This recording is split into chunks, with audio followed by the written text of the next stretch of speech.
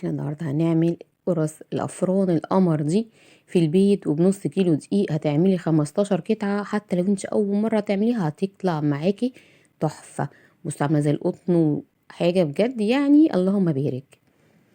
وهنعمل 3 كوبايات دقيق بس، هنعمل منهم 15 قرصه من دول اللي هي بالسكر، وهنعملها بحشوات مختلفه.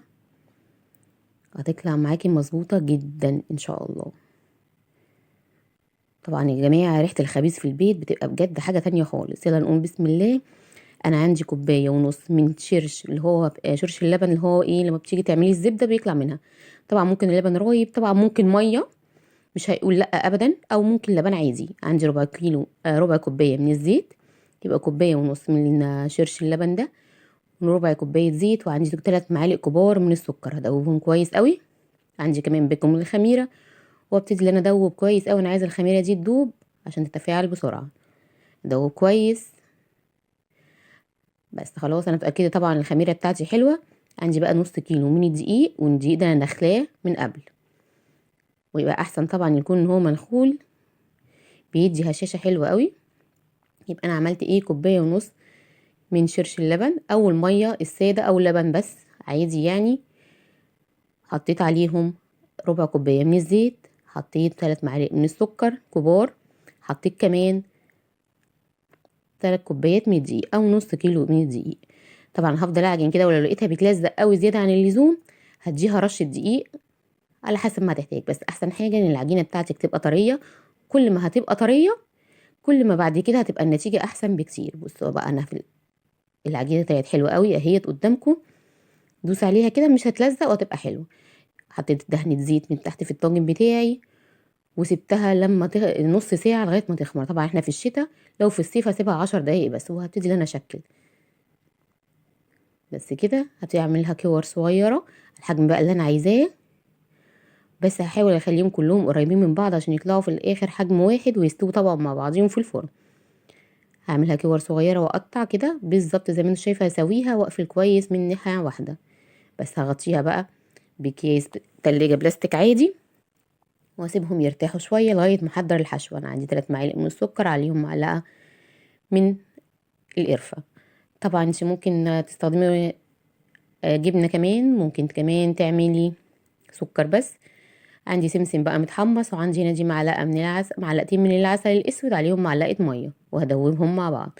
وهشتغل بقى باول واحده انا عملتها. انا ما سبتهمش يخمروا تاني، انا سبتهم بس ارتاحوا مع بال ما حضرت الحشو الميه.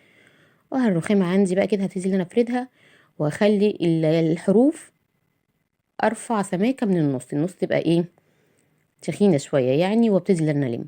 وعادي جدا لو لزقت في الرخامه معاكي ده عادي، لان هي اصلا العجينه زي ما قلت لك هي طريه، ولازم تبقى طريه عشان تبقى هشه معاكي بعد كده. كل ما هتنشفي العجينه هتطلع معاكي ناشفه بعد كده. بس من العسل بقى اللي هو بالميه، واحطها بالسمسم، وابتدي ارص في الصاج بتاعي. ارصها في الصاج واضغط عليها ضغطه بسيطه كده بالراحه مش قوي.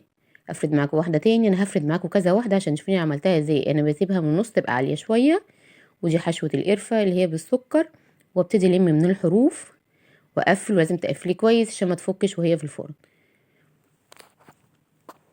ومن العسل الاسود بقى على السمسم، وهضغط شويه وزي ما قلت لك، واسيب مسافه ما بينهم علشان ده لسه هيخمر. ودي بقى حشوه جبنه حلوه قوي فيها حشوه الجبنه. طبعا انت ممكن تعمليها ساده عادي برده مش هيقول لا. بس واضغط وسايبه مسافه زي ما قلت لك عشان انا لسه هسيبهم بقى هنا يخمروا. ادي انا قربت لك الكاميرا كمان عشان تشوفي انا عملتها ازاي. والم كده زي البقجه بالظبط كده واساوي بس. وهسيب الناحيه اللي انا قفلت بيها دي هخليها من الصاج من تحت. وزي ما قلت لك هو عادي جدا لو لزقت في الرخامه او البلانشه بتاعتك عادي، لان زي دي عجينه طريه يا جماعه فبتلزق شويه.